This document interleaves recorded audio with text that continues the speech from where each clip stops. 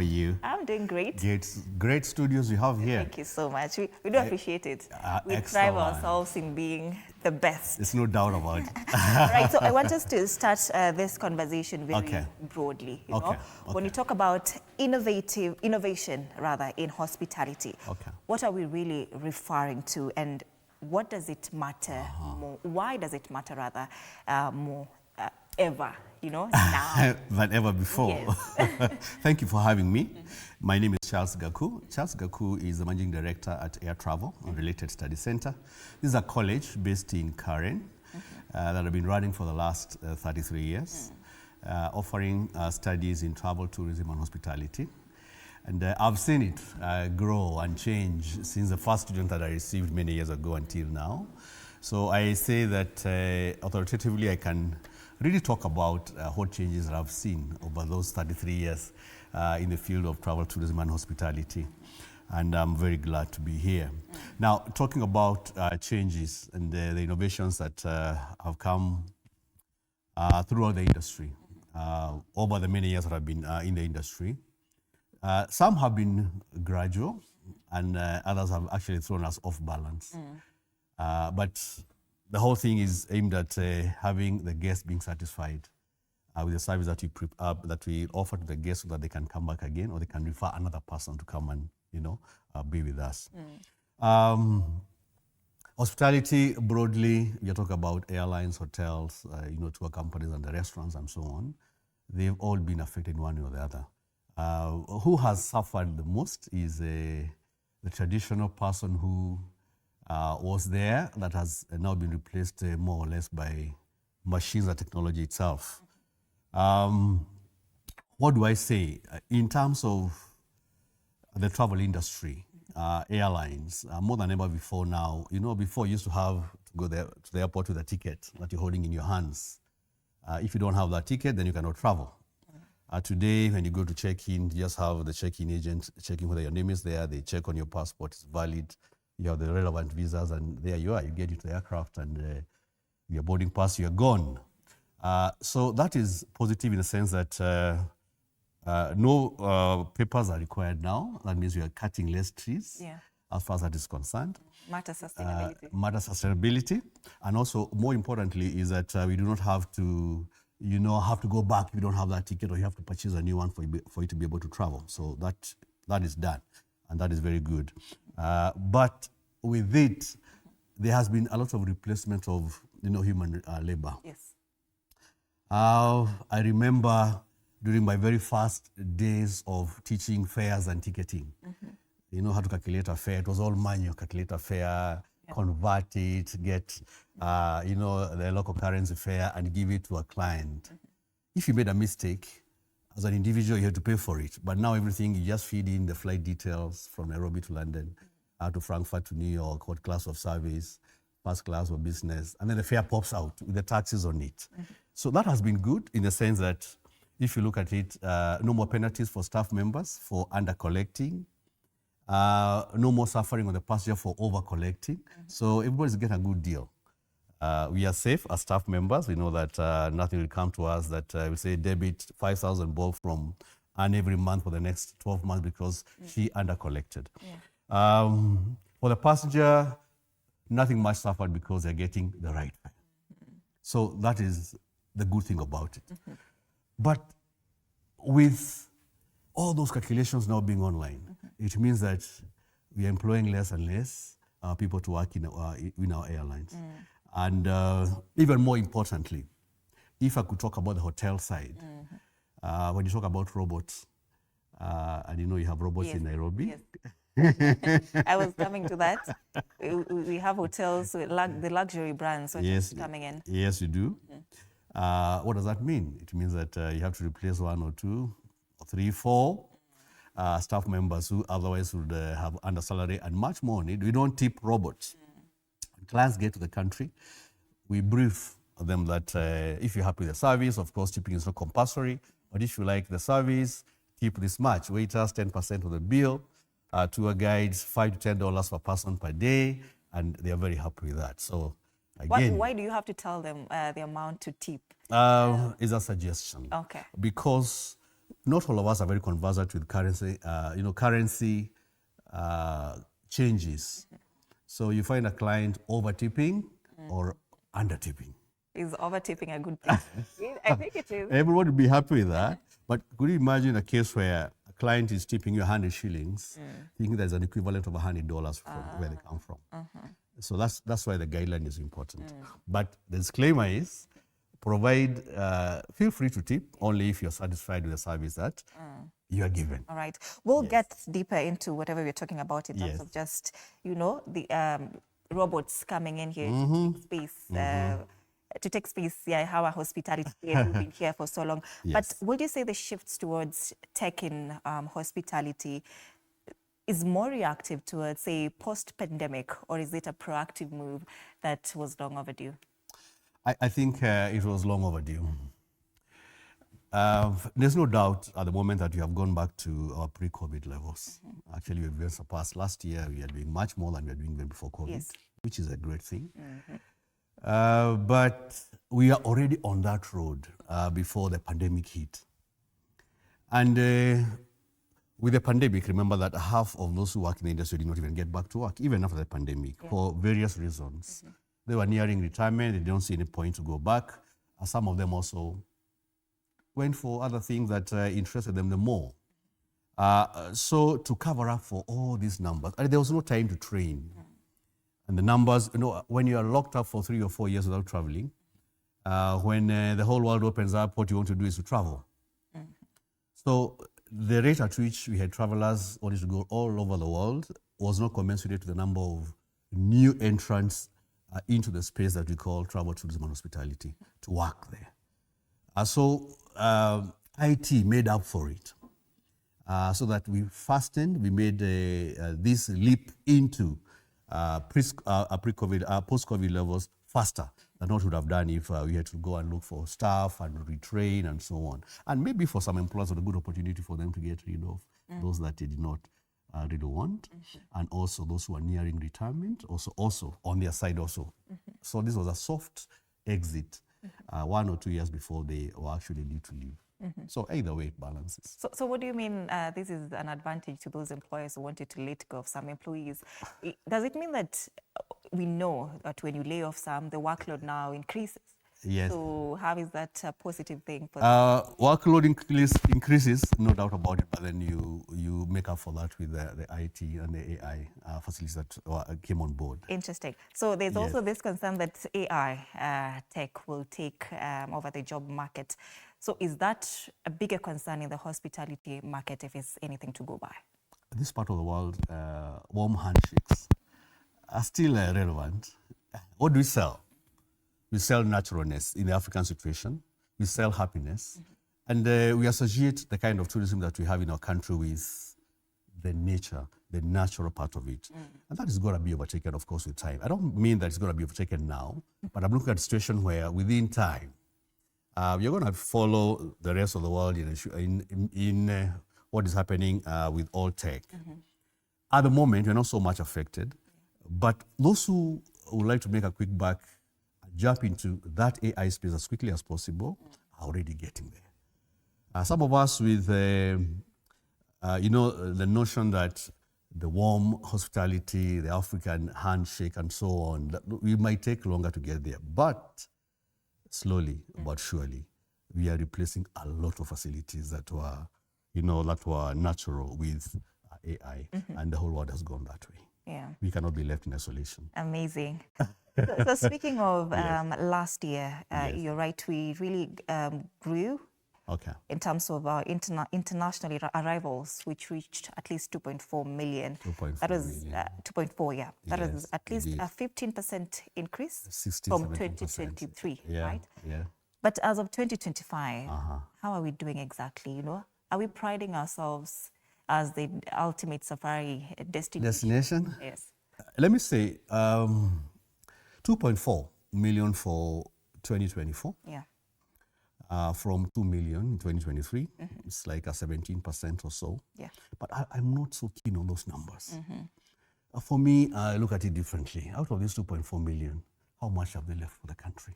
How much have they left behind? It is possible to get 90 million tourists like Spain did and collapse that industry. Because you could still have backpackers, all due respect, who will come in with their everything, just come and spend at the destination with things that they have carried all along from wherever they have come from, and leave nothing behind for the country. I would have been happier if we are discussing the year 2023, we made $1.4 billion. 2025, we made $1.5 billion. A jump of 30-35%. Looking at individuals, we don't know how long they were here. We don't know how each of them spent.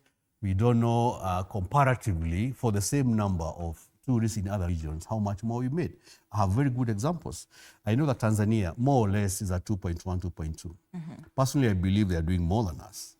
But those are the numbers that we have to deal with. But I believe that looking at the revenues, what they leave behind more than we do. Tanzania, for a long time, has gone for quality tourism. We have been tethering between mass tourism and what you call the top dollar tourism. So we are not yet decided what it is that we want. But looking at the numbers for me, a jump from 2.2, 17% jump does not really give us the right deal that we want out of our tourism. There's no doubt that Kenya is a very attractive destination. Don't forget that most of our products are tired. As I talk to you, hardly do we renovate for whatever reasons, hotels and so on. You know how you have seen a lot of collapse of hotels in the city center itself. The Hiltons, the Intercontinentals are gone. And of course, out of it, you have had much more coming. I was looking at something last week, they were saying 24 new hotel brands are going to set up over the next 3 years in Kenya. It's a good thing. It is perfect. But honestly speaking, numbers don't ring too much bell on me. I would rather look at how much it is that they have left behind the country. Yeah. How much have we earned and gained out of it? So what are we not doing right? Or what should we do better in this case? Tufikie tujirani, now that Tanzania is better than us. Revenue-wise, I believe so. We are selling the same product. The tied product of safari, the tied product of beach, and the tied product of the big five. People have gone away from there. By the way, it is now possible to see all the big five without having to come to this country.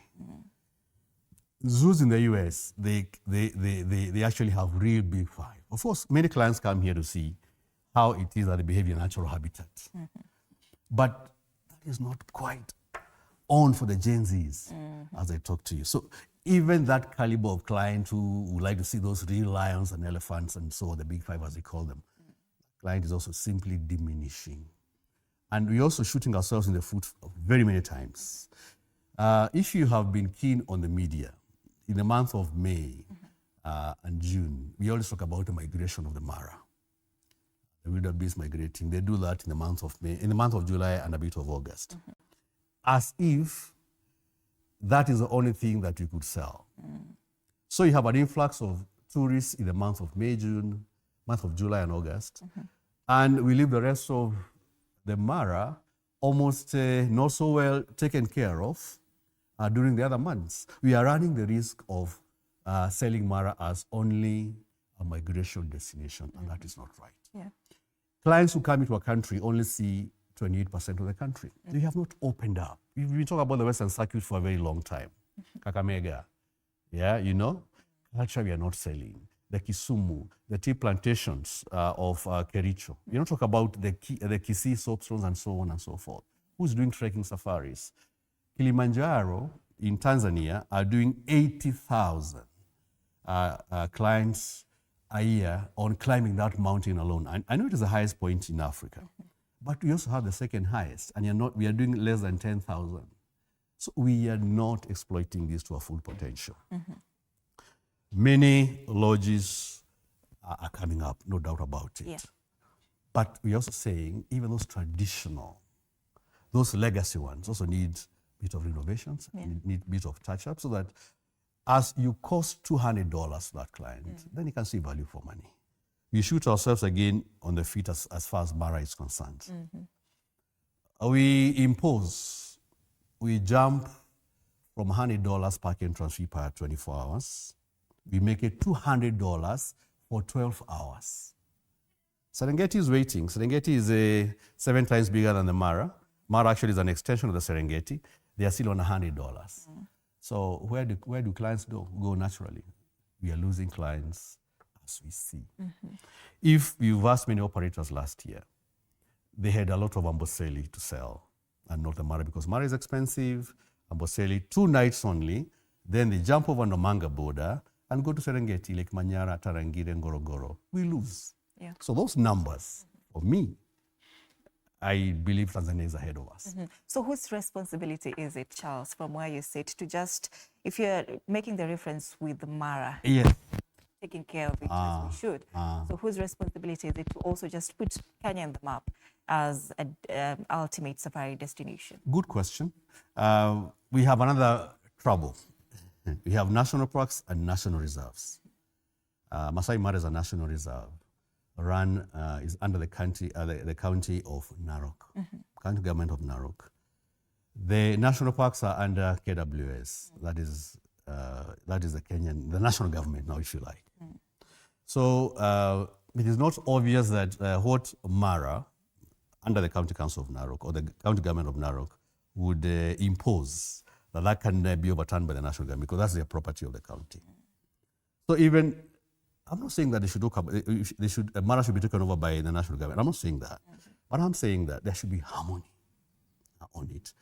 We don't see also from government lots of subsidies on construction and refurbishment of properties that could be attractive to tourists. I know that you know, and that selling selling Kenya as a tourist destination is actually a private company's affair. What do we get? A platform. As individual companies, we group ourselves under the banner of Kenya Tourist Board, and we go to the ITB in Berlin, or we go to the WTM in London, DAMBA, we go to Durban and so on. But all the expenses, no rebates, is actually a private, personal affair. The government needs to be coming in more strongly as far as helping the industry grow is concerned. We are not seeing that much yet, and I think there's still room for that to improve. Wildlife, this is the top dollar. These are the low-hanging fruits, as people call them. Remember, you don't feed the lions. Remember that tourism also adds into the infrastructure development. So to the Mara, the roads are good. Medical, gets boosted because we need higher standards of, medical care for even our international travelers and so on and so forth. So tourism can take this country very far. You're getting it in foreign exchange, but we need to relook at how you're running it. Yes. So how do we now take a look at a return on investment, Charles? You say this is under a private entity or something. Yes. How do we now measure return on investment in terms of our hospitality sector? We are lucky. We are lucky, first of all, to have very good training institutions. First of all, before I started my own college, I was at Kenya Utalii College many years ago. And I started off my own training, training outfit. The good thing about our country is that we have serious manpower, which is at international level. Like where I come from, the college that I run, we don't sit local examinations. We sit examinations from IATA. IATA is International Air Transport Association. The association of all the world airlines. When you're holding that qualification, you're able to get a job anywhere in the world. What am I driving at? If Kenyans can work for Qatar, you find them in Emirates, find them in Qatar, go to Dubai. I was there last week. Go to all the hotels in the Middle East. They are Kenyan dominated, meaning that we have labor there. We have human resource. We have manpower waiting to be exploited. So that is one problem done. We have known destinations that were killed because of poor service. Ours, I know you're above board as far as training is concerned. Training aspect is taken care of. Political temperatures must be brought down. There's no doubt about it. Nobody wants to take a holiday, pay for it, just to come here and they don't like it. There's mandamano or there's something that they have paid for it. There are alternative destinations. This is wildlife. It is the same leopard, it's the same cheetah and elephant that we find in Tanzania, in Zambia, in South Africa, in Botswana. Let us not believe that we are on top of tourism, as it were. It's the same product, wildlife. Beaches, you have lost a lot. Malindi has lost a lot to Zanzibar, I think you know. Why? We are not getting our priorities right. Anytime, and including our elections are in August, by the way, which is the high season. Our elections happened during the high season in tourism. I'm not saying that we must change that, but I'm saying that more careful talk, more careful action around high season, and overall, when the country, throughout the many months in the country, do us good. When you have elections in Tanzania, do you even get to know that the elections in Tanzania? No. That is the difference. We could talk and talk, but if government does not lower temperatures, government does not make sure that the environment is conducive for investors, people would like to invest here. I'm not sure of subsidies. We need much more of what you're getting so that we can get this real foreign exchange earner for our country coming in and helping our economy to grow. And all these human resource, we should produce so much of human resource that Kenya is sorted out once and for all, first and foremost, and then the extra, we can export. Nothing wrong with that. So speaking of Mandamano, would you say, like, for instance, the one that we saw last year in June really affected the hospitality sector? Talk to anybody who had bookings. You see, it is so easy to cancel in our industry. And the world is, of course, a small global village. Whatever you do in Nairobi is real time. In Dar es Salaam, it's real time in Sydney, it's real time in Vancouver, name it, Japan, name it.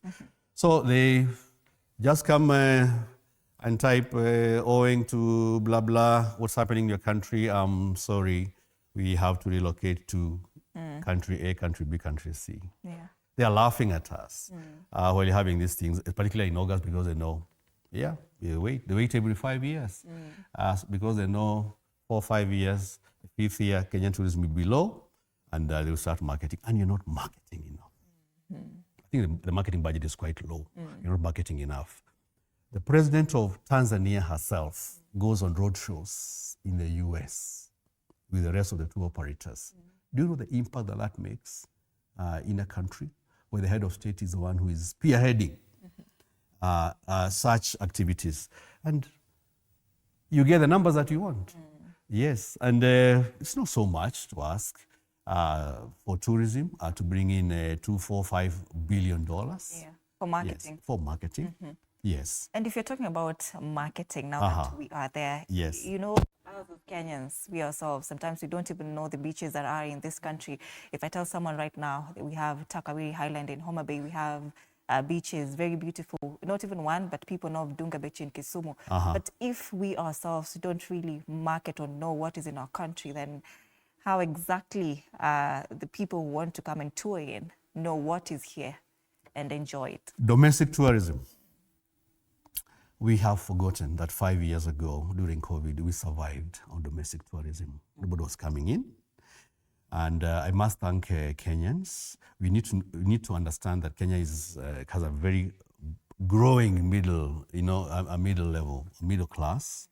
These are the ones that really sustained our tourism during the COVID era, especially along the coast and so on and so forth. But you've forgotten. I always get frustrated when I get to know that tourism, second highest foreign exchange earner, is a chapter in a subject called geography in a high school setup, which is not even compulsory. While agriculture is a subject examinable, this is the highest foreign exchange earner for the country. We don't refuse. But if tourism is second, at least a subject on tourism or geography should be more or less compulsory, with tourism standing out. We do not have that. So back to your question, there are those who stumble in tourism simply by liking it. It's never taught in school, there's no appeal for them, they never took geography, and it is too late. Back where I teach, we made it deliberate that we would not discriminate students to study travel, tourism, and hospitality simply because they did not take geography, because it's not their fault. It is optional, and you drop it at Form 2. It's wrong. After Form 4, you come to me, you're looking for a space in college, and I'm telling you, no, never did geography, so you cannot take a tourism course. I think that is wrong. So many things are upside down. And it is high time that we really put these ones into perspective to be able to get the numbers that it is that we want. You know, I'm laughing because I see that with mathematics now that we want to make it bursary as well. But looking at still at 2024, Charles. Yes. By the end of that year, Okay. I remember the government was targeting 3 million visitors and at least 700 billion in annual tourism revenue. Right. Do you see us getting there, or did we get there, or are we close? More competition now, meaning that could take us longer. As I said, second, whatever you're depending on to come and see the animals, that age group is not as enthusiastic, or they are not as many as they were in the 60s and 70s. You're talking about 50s and above. These are the ones, you know, they know how wildlife was natural pre-independence. So this generation of grandfather and father and so on. Now you're on Gen Zs who really don't have a lot of interest in wildlife. By the way, wildlife at the moment only attracts 3 to 4% of world travelers. And then we have connectivity issues. Air connectivity issues is a very big problem in our country. We, of course, have surpassed. We pride ourselves, Kenya is pride of Africa, but do you know there's Ethiopian Airlines? 150 aircraft now they have compared to our 33. I'm sure that you have seen some partnership between Air Rwanda or Rwanda Air and Qatar. There's no East African airline, East African country that does not have an airline now. You have Air Tanzania, you have Uganda Airlines, and so on. Our market is shrinking without us getting to know what's happening.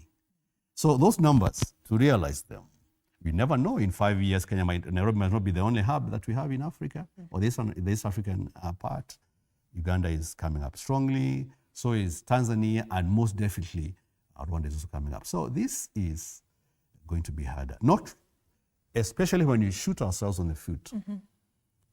Higher park fees than our neighboring countries. That translates to just giving out all your marketing efforts to a country. Don't compare ourselves with Rwanda. Rwanda is unique. They have gorillas to sell. We don't have any gorillas to sell. How many are remaining in the world? 300, 350? They're able to do 1,500 for a 6-hour gorilla trekking. We are not able to do that for wildlife. So we need to know what it is that we want to get out of wildlife for us to be able to benefit out of it and to make it sustainable, not just for us. We have had issues last week of compensation for those who get killed by wildlife or maimed by wildlife, and also those whose crops get messed up by wildlife. It takes long. It is little. So do we really feel like this is a natural heritage for us? Not all of us. But all is not lost, Anne. It is possible that we can turn this around by, of course, having deliberate effort, government also participating, more education on wildlife and its benefits, and of course, much more patriotism, so that when we prepare so much for these millions of tourists to come during our year, we have to think about how far is 2027 from this marketing effort that I'm making. Yeah. So we get back to square zero every other 3 hours. Every other 3 years, we are climbing up. Then election year, we are down again. Yeah. Yes. Now, just looking at it, what strategies are we implementing or should be implemented to achieve these ambitious goals? If you're talking about 3 million visitors and 700 billion Kenyan shillings by the end of that year. So what should we do to just get close? Before I came to studio, I was looking at the bed nights that we have at the moment. Unless the numbers that you're talking about are staggered throughout the 12 months of the year. And that is not possible because people have their high seasons. High seasons when they take off, they take their leave days. The bed nights that we have, unless we do an increment of those bed nights, we're not able to handle more than 5 million tourists a year. So by 2050, they're saying 2030? 2030. 2030. And we want 5 million or you want 7 million? We want 3 million and 700 billion money. Yes, and how many tourists to cater for? 3 million visitors. It might not be possible unless they come staggered over the Facilities are something else. And the worst hit is transportation. Do you know that a Land Cruiser is now going for the tour vans? You know them? You know them, the tour vans? Now one is going for 11, 12 million. The way it happened last year, and this number's 2.4, is a story for another day. Most of us do not utilize our tour vehicles for more than 6 months in the year. So you have to make a calculated risk to spend 12, 14 million on one Land Cruiser for a guaranteed of 3 or 4 months in a year for it to do business. For the rest, 6 or 7 or 8 months, it is parked, incurring insurance, incurring, you have to pay for the driver unless they're on a contract and so on. So we don't get incentives as much as you like to get the incentives to even get ready for the infrastructure. What will let us down first is not even human resource. There'll be no transportation to those national parks and national reserves because vehicles are inadequate and at the moment they are expensive. Yes. That is shocking news. It is shocking, but that is where we are. Now take us through the integration of technology. How do you in the hospitality sector do it exactly to enhance, guest experience? Yes. So much has been, in other parts of the world, so much has been invested as far as that is concerned. In the Mara now, and I talk about the Mara because my training is more or less the guiding aspect.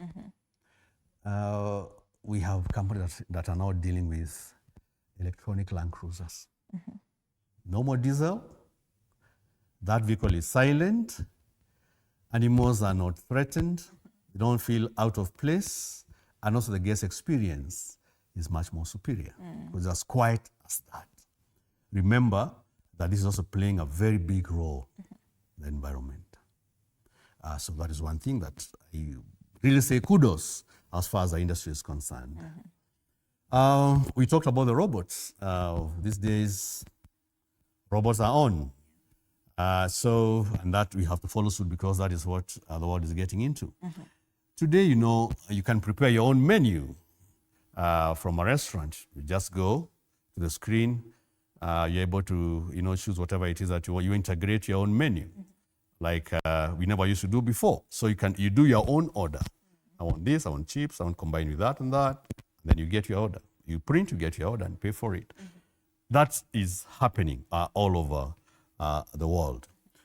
Guests are also not left behind. We want guests to, we want our guests to, as much as possible, give us feedback about, service that they got, the experience that they got in a hotel. So we do that by chatbots.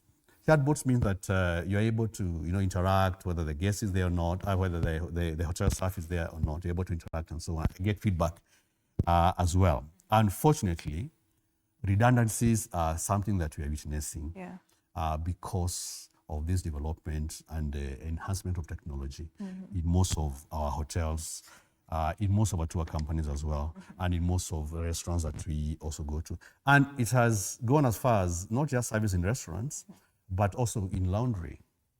Today, we have robots making your bed, I think you know. They're able to bring... Robots making bed? Yes, they can spread it. They're also able to, pick up your linen for cleaning and bring back to you that linen, if not change it, bring one for it to be changed. So things are happening. Making beds and so on is on in Japan and in Korea. You don't know how long that will take to get into the rest of the world. So all these things, ultimately, guest satisfaction is key. But also you have to mind the human resource aspect, especially in a country like this one, like ours, Kenya, where desperately we need our youth to get employment. So it's not always very good, very pleasant news that we have all these steps being made as far as technology is concerned for a struggling country like ours when we need so many jobs. Yes. When you talk about these luxury brands just coming in to take up space, like the robots that we're talking about, yes, and you said obviously it affects the hospitality players, but does it now affect the hotels by themselves in terms of just hotels failing and now closing? We talked about the ones that are failing in the CBD, Hilton, you gave an example. So is that the reason why hotels are actually falling? The combination of many factors. I don't believe that the Hiltons and Intercontinental had anything to do with it. And by the way, I think you know that most of the two properties that I'm talking about, government has a lot of share in them. That could be a story for another day. But whoever is setting up at the moment, there must be something that they are eyeing. Kenya, and the good thing is, Kenya has now more or less moved from a safari destination only to both a safari and a conference destination. You have good examples of whoever is setting up here. Who's the biggest brand today that has set up here? It's Marriott's, isn't it? Yes. Huge. 13, 14 conference rooms, 600 rooms. Those are not eyeing safaris. They are in conference, meetings, incentives, conferences and exhibitions. So that is another side. If we could actually, enhance and tap into it, we will not be having the issues of that. If we could refurbish KICC to take up most of the meetings and then we bid for them, and you know that last year we only got number 4. We were beaten by Rwanda, Egypt, in terms of the number of international meetings that we got. This is another alternative that could really help us to get the numbers that we are looking for. So all is not lost. And I believe that if 24 brands have seen it fit to set up in Kenya, they must be seeing something that we're not seeing ourselves. What if now these local hotels and restaurants decided to go the Marriott way? How do you see that sector looking like? Saturation is real. I have seen good companies and good hotels falling. I'll not name them. And I've seen good hotels being overtaken by the competition that is coming in. We used to have very strong brands before, but you don't hear of them because they did not innovate enough. They were slower at doing it. They are now playing catch up. So unless local operators will get to know that this is a serious business full of competition, they'll fall by them. That is what is happening. So are there any opportunities that this present for local hospitality professionals and businesses? If you're talking about these high-end hotels, the Marriott, the likes of Kenya Marriott, yes, are just coming in to also to set up here. To set up, So does it present opportunities for these professionals? No doubt about it. There's always something for everyone. What makes me wake up in the morning and go and train my students in the fields of travel and tourism and hospitality is because I believe that there's always something. But much more importantly, even if they don't get jobs in the country, with the international qualifications, they're able to work anywhere in the world. But that does not mean that you should let the Kenyan tourism be a free-for-all. The Kenyan tourism industry to be a free-for-all. It's a time that we sat down, the time that we really focused on this industry as a serious foreign exchange earner for the country. Because if others are they're setting up here, why are we not also thinking of setting up serious infrastructure as locals? So the market is there. It is how we play around with it that is wrong and has been wrong for a lot of many years. Yes. Absolutely. With the rapid technological advancements, what skills gap exists among, professionals in the hospitality sector? I have been training for the last 33 years at Air Travel and Related Study Center. I started that college a long time. 33 is a long time. There's something I have seen.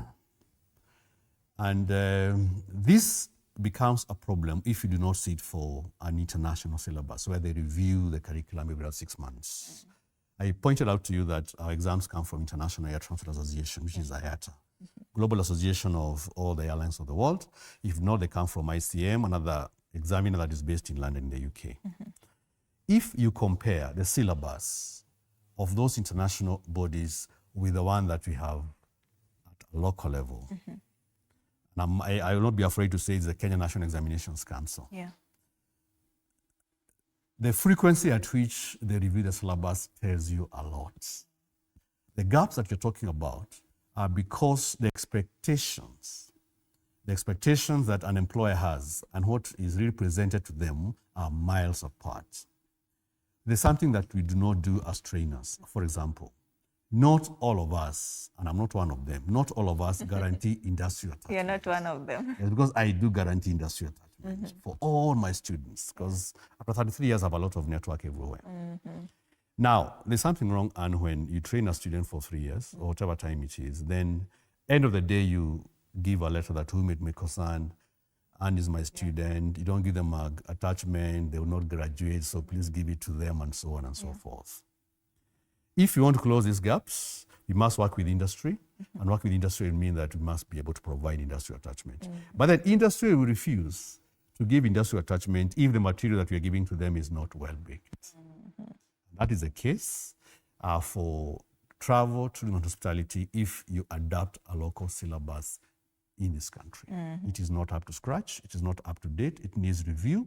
It was reviewed many years back, and that is why we spend so much taking foreign exchange in terms of examination fees to international examination bodies that will give a qualification that is acceptable anywhere in the world because it is reviewed on a regular basis. So those gaps exist.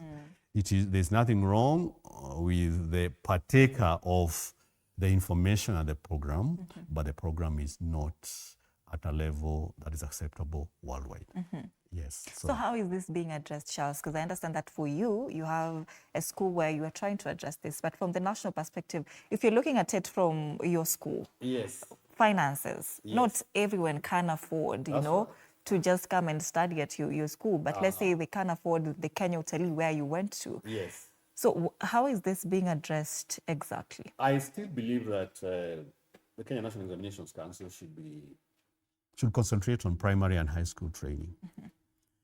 Just like we have other trainers at professional level, they should also, maybe Kenya Utalii College can be like a center of excellence where they'll be able to provide international examinations by that particular college, because as long as they can do research, they can innovate, and then they give relevant examinations that will be acceptable worldwide. That way, if we can have just one center of excellence that will be subscribing examinations to, that could help even those who cannot be able to afford the international qualifications. It is not happening. My alma mater has been in the business for 50 years.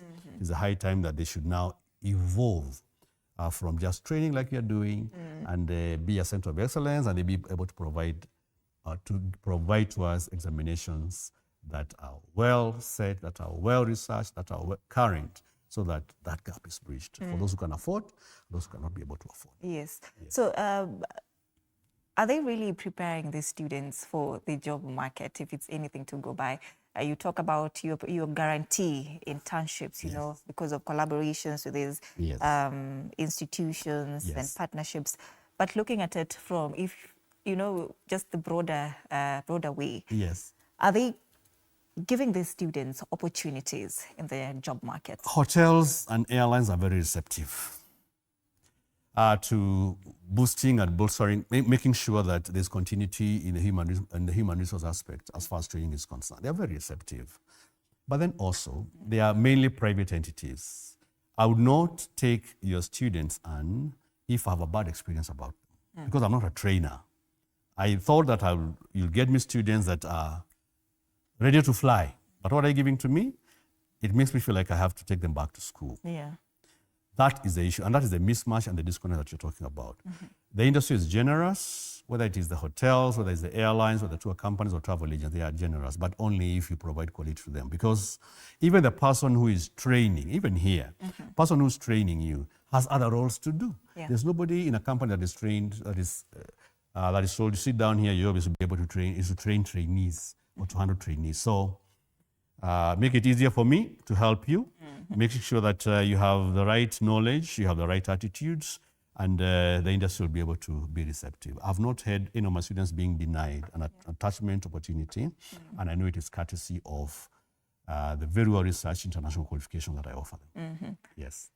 That must be a lot of money being poured there.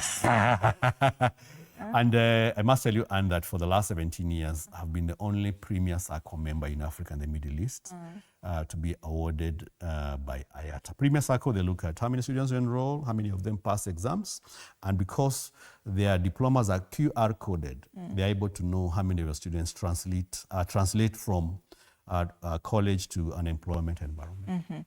Now, you know, we are talking about technology, and while it enhances rather efficiency. Yes, it does. The essence of hospitality lies in personalized, you know, service. So how do establishments just ensure that while they want to go the tech way, they also still maintain, you know, the human touch? Integration. Not all of them can be offered in a traditional way. Not all of them can be offered in an IT way. Some of them must be offered in a traditional way. In top 5-star restaurants and hotels in Kenya, top of the range, top dollar, most of them in the national parks and national reserves, it is mandatory for the manager to meet guests on arrival. For the small properties, 5, 10 rooms or 15 rooms. What is that all about? Is a human touch. Those hotels will feel that as much as you are international brands, that human touch, at least at the beginning and at least at the end, is very vital. So it's a combination of both. There's no way you can let take over, because we'll not take over 100%, because we'll not be able to even get hold of it. We cannot be able to tame it if it takes over. So a combination of both is what actually is working. Remember that the whole idea of IT is aimed at ensuring that it is a complementary role that it's playing. It's not a replacement role that it is playing. Otherwise, can you imagine when you have all robots in the kitchen and things go wrong? Who's going to correct the other one? It's going to be a big mess. So this is something that you need to understand is complementary, at least at the moment. So tell us about the technologies that are gaining a rapid momentum in regards to adoption of this, you know, tech in hospitality. Robots. Again, robots. Again, in other parts of the world, but closer home, what I've seen is mainly now hitting the market is where you're able to arrange your own menu, on the screen and so on. And that's happening. I've seen a lot now happening on laundry services, where robots again are taking over. But guest relations in our hotels are real people. And we also have a section of clients who don't want to be served by robots. They want it the way that they imagined were coming to Africa. And there's nothing wrong with Africa. The one that are coming to Africa to do the warm hospitality, one-on-one personality. And also people want to tip. You don't tip robots. And the warmth is what people are coming to Africa to experience. So the integration should be very well carefully thought out.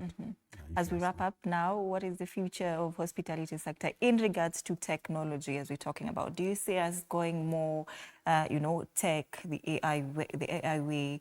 What is the future looking like from where you sit? I think it's not stoppable, that we must go the tech way. How I wish at my age it would be slower, to experience a bit more. Tukimbiza sana. Gen Zs are handling it better, which is a good thing.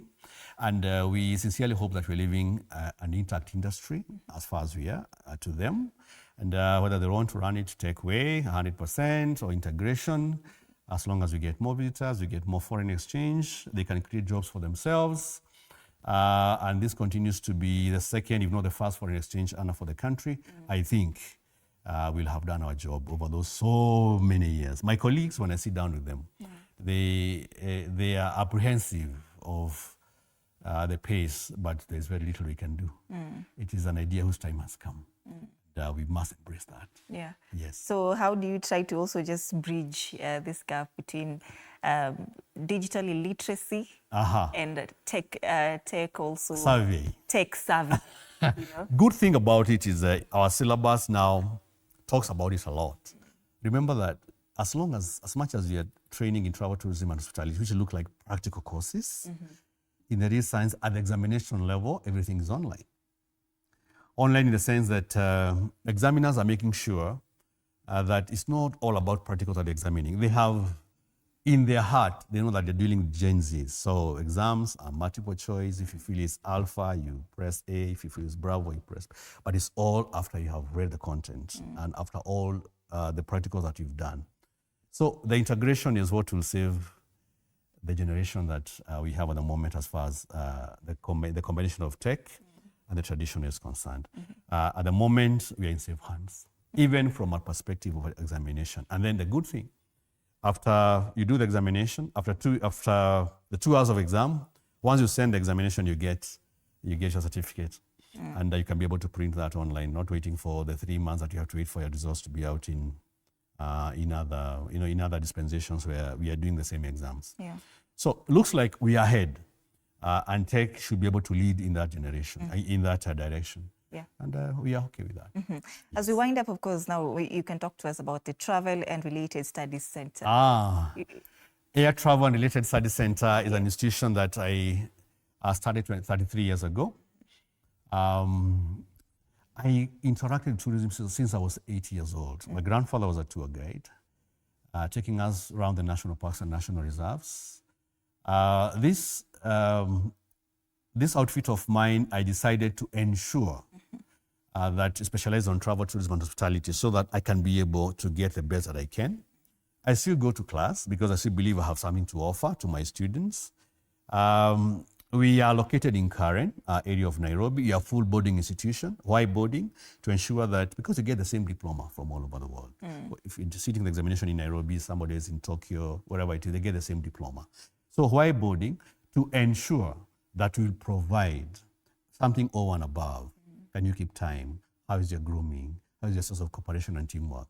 How is your sense of responsibility and so on and so forth? So no wonder you have become, for the last 17 years, the top and the only Premier SACCO member in Africa and the Middle East. Much more important is that you're on, you're on all the social medias and so on. If you Google Charles Gaku, Air Travel and Related Studies Center, you'll be able to make a connection with me. I'll be able to move forward if you want to enroll for a course. And this is something that I really encourage. 75% of those working in the industry, actually the youth, they are between the ages of 17 and 35. We are looking forward to more and more joining our industry because it has something to offer. They should be able to fly and work anywhere in the world, and the industry needs worldwide. For example, needs chefs, needs tour guides. They can also become hotel managers. We have not exhausted air cargo. We all forget that passengers, aircraft don't just carry passengers, carry cargo as well. You have seen all our cabin crews all over the world. Is it Qatar, Etihad, Emirates, and so on. So there is still a future in our industry, courtesy of international qualification that is awarded by International Air Transport Association, which is IATA. Yes. Thank you so much, Charles Gaku, that is the CEO, Air Travel and Related Studies Center, for making time for us for this conversation on innovative skills in hospitality. We do appreciate your time. We are taking a very short break at this point. We are coming back with more. Stay with us. You're watching Morning Cafe.